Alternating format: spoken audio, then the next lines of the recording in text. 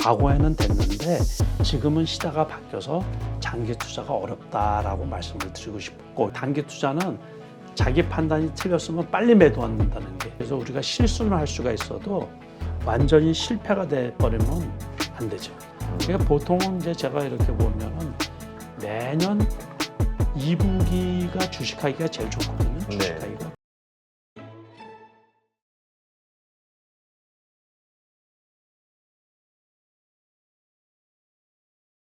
단기 투자도 요즘 하시는 분들이 상당히 늘어나는 것 같아요. 한국 증시에서는 이 단기 트레이딩 이게 답이다라고까지 얘기하시는 분도 있어요. 한국 시장 특성에는 이게 가장 적합하다. 일단 이 단기 투자와 관련해서는 장점과 단점 어떻게 보세요? 원래는 이제 우리가 과거에 가장 이상적인 주식 투자는 기업이 성장하는데 이제 투자자가 돈을 이렇게 투자를 해가지고 기업 성장하고 맞춰서 기업의 성장의 과실을 나눠 갖는 거 아니에요? 기업하고 투자자하고 같이. 그렇죠. 그게 주식 투자의 가장 기본적인 본질이거든요. 그게 가능했던 시기는 이제 언제까지냐면 중국이 최소한 8% 성장하던 시기까지. 그러니까는 그건 이제 10년 가까이 되는 거예요. 그 전까지 우리나라 IMF 지나고 나서 1997년, 2000년 초반만 해도 충분히 가능했었거든요. 네. 그러니까 1980년대, 90년대는 우리나라도 고도 성장기였잖아요. 그러니까 그때는 망하지 않을 회사 웬만한 주식 사놓으면 다 올라가거든요. 또 지금 말씀드린 것처럼 중국이 성장하던 시기에 똘똘한 기업 사놓으면 그냥 같이 그 주가가 뭐 2배, 3배씩 이렇게 계속해서 뜨고 그러거든요. 그런데 중국이 성장이 멈추고 우리나라가 지금 성장 잠재율이 2%도 안 돼요. 올해 같은 경우도 1.5% 뭐 GDP 성장률 예측을 하고 막 그 정도잖아요. 네. 2, 3%도 안 되는 그런 국가 GDP 성장률 속에서 장기 투자가 어울리지가 잘 않는 거죠. 그래서 그 시대적인 거, 시대 상황에 맞춰가지고 과거에는 됐는데 지금은 시대가 바뀌어서 장기 투자가 어렵다라고 말씀을 드리고 싶고, 일단은 네. 그렇게 하다 보니까는 우리나라에서는 진짜 장기 투자가 어렵구나. 그게 이제 최근 몇 년 전부터 이제 이렇게 돼 왔던 거고, 현실적으로도 보면은 주식을 사놓고만 있다고 돈이 되는 게 아니구나라는 걸 투자자 모두가 깨닫고 느꼈을 거예요. 그러니까 지금은 이제 단기 투자에 뛰어드시는 분들도 많고, 모 증권사에서 이번에도 이 광고로 이렇게 띄운 거 보니까는 그 투자 대회에 30만이 참가를 했어요. 30만. 엄청 많이 왔네요. 그거 뭐 말도 못할 정도로 많은 거죠. 말도 못할 정도로. 그 투자 대회에 나오시는 분들이 거의 단기 투자 하시는 분들인데, 그 정도로 지금 단기 투자에 이제 매달리신 분들이 많이 있거든요. 그래서 우리가 빨리 돈 벌고 싶잖아요. 빨리. 단기 투자하면 그렇죠. 빨리 돈 벌 수 있을 예. 것 같아요. 근데 여기서 빨리 이익 내고 또 저쪽 가서 또 이익 내고 계속 불려나가는 거, 이걸 생각하시는 분들이 있죠. 그만큼 또 리스크가 크거든요. 그래서 이제 단기 투자로 변동성에 대응하기는 좋죠. 그거는 이제 장점이라고 할 수 있어요. 그러니까는 장이 나쁠 때 그냥 주식 갖고 있으면 밤에 잠도 못 자고 그러는데, 그날 트레이딩하고서 그날 싹 팔아버리고 현금 갖고서 잠자고 있으면 잠도 잘 오고 좋죠. 그리고 저도 단기 투자를 장에 따라서는 자주 할 때도 있거든요.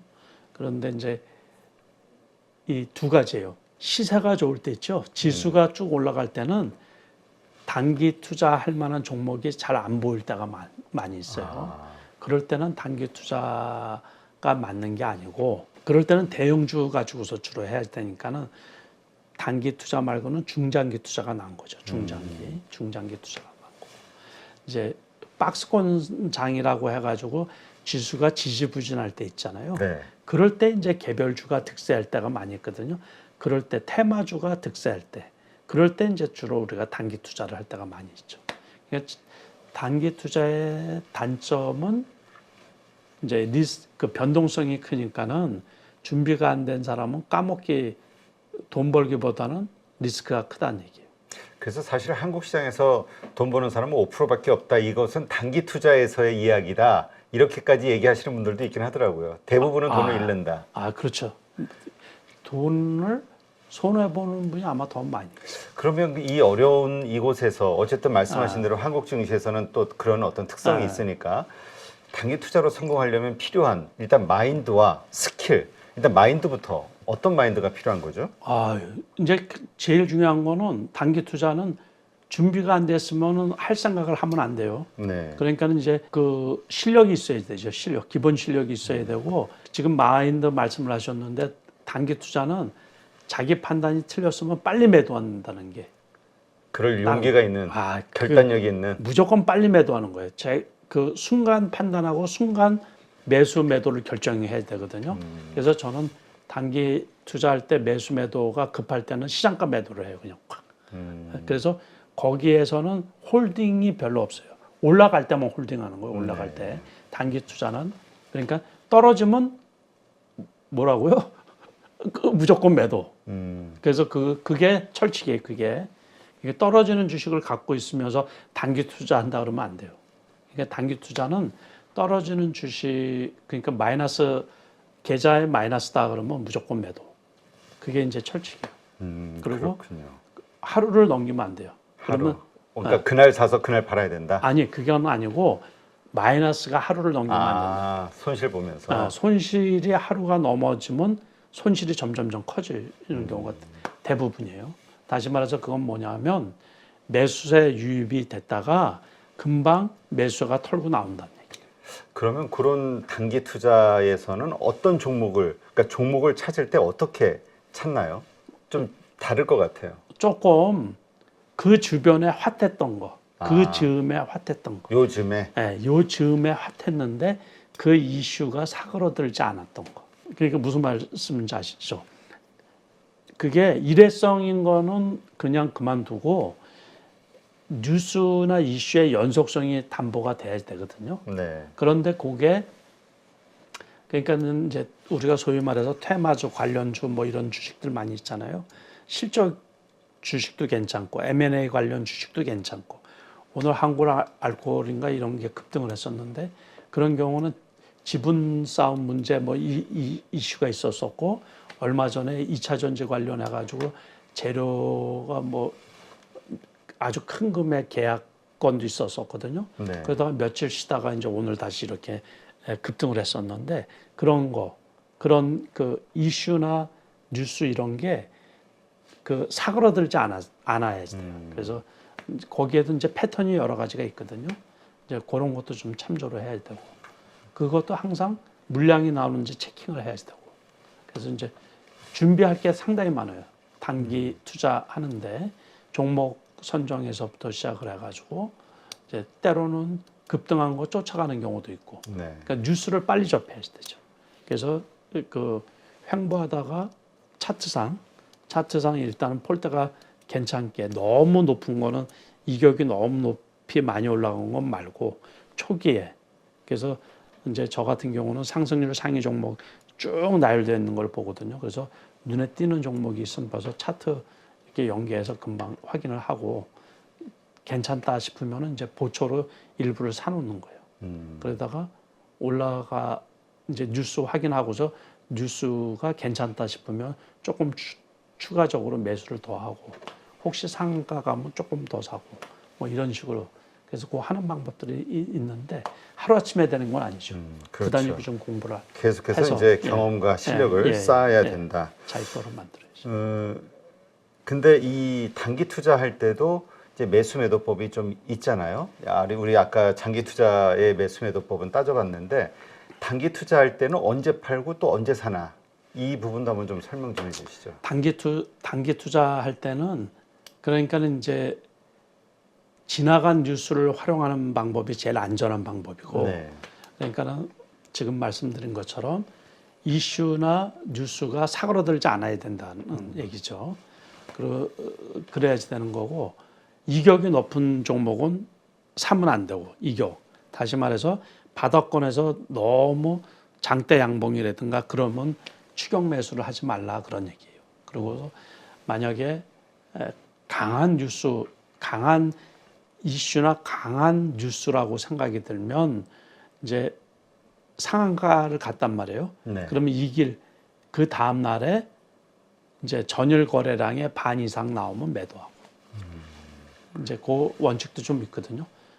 그런데 CB나 그런 거를 자주 발행했던 전환사채. 네, 그런 기업은 이제 제외를 제외하고. 시키고. 그러니까 그렇게 할 때 단기 투자를 할 때에도 일단 리스크가 있는 그러니까 그런 어떤 유형의 기업들 뭐 재무제표가 안 좋다든가 그 적자를 계속 본다든가 말씀하신 대로 전환사채 이런 건 다 빼는군요. 빼야죠. 네. 그리고 전환사채를 많이 발행한 기업은 결국에 보면 주가가 흐지부지 돼가지고 그래서 계속 주식이 튀어나오니까. 그러니까 물량이 그래서 영 힘을 못 쓰거든요. 그래서 그런 주식은 철저히 그 배제해야 되고 제가 이제 투자를 거의 안 하는 종목은 이제 관리 종목, 또 투자 환기 종목들 있잖아요. 네. 그런 종목은 무조건 빼버리거든요. 아, 그 시장에서 경보가 나왔다. 네, 그러고서 우리가 소위 말하는 동전주라는 주식 그것도 거의 거래를 잘 안 하고 그 나름 원칙이 있거든요. 그래서 이제 저는 주식 투자를 오래 했잖아요. 네. 그래서 모토가 기본이 뭐냐면 손해는 보더라도 절단은 나지 말자. 그래서 시장에서 퇴출될 정도의 리스크를 짊어지면 안 되거든요. 재기할 수 없을 정도로 망가져지면 재기를 못 해요. 네. 그래서 우리가 실수는 할 수가 있어도 완전히 실패가 돼 버리면 안 되죠. 회장님은 그 단기 트레이딩 하실 때, 단기 투자하실 때 그 손절, 이 손절을 마이너스 어느 정도 되면 그냥 하세요? 거기는 마이너스라는 개념이 아니고 아까 말씀하신 게 아주 중요하거든요. 오늘 샀는데 종가가 산 거보다 떨어지잖아요. 네. 그러면 그냥 팔아버리는 거죠. 시간 외래도. 시간 외래도 팔아야 돼요.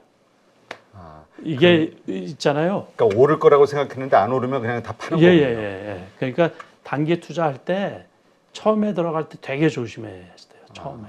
그러니까 진짜 오르기 직전에 들어가야 되는 거예요. 예. 그래서 그리고 아니 올라온 거를 쫓아갈 때도 있거든요. 그리고 장하고 연결이 많이 돼요. 시장. 그래서 시장이 지수가 폭락하고 막 하락할 때 있잖아요. 제대로 되는 종목이 없어요. 박스권에서가 제일 좋아요. 박스권. 그러니까 그 크게 떨어지지도 않고 크게 올라가지도 않고 그럴 때 있잖아요. 그러니까 대형주가 재미가 없을 때. 그럴 때 이제 개별주가 특세를 하거든요.